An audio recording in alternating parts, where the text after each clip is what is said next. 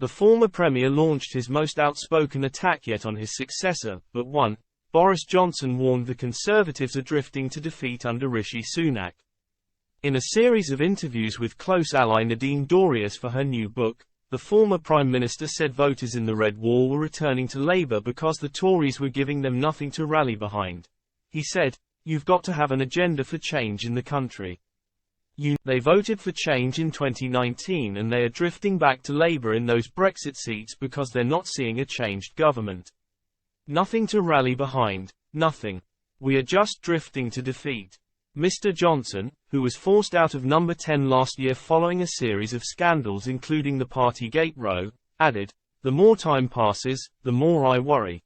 The ex-PM said there was a massive agenda we had as a government to transform the country, and it doesn't seem to be happening in any. He criticised Mr. Sunak for hiking corporation tax and suggested it should be slashed. "Why the hell are we putting up corporation tax in this way?" Mr. Johnson told Ms. Dorries. He went on, "It's absolutely mad. The whole thing needs a massive kick in the pants. I think it's all drifting. I really think that unless we grip it, the results of the local elections will be repeated at a general election and Starmer will be a complete disaster."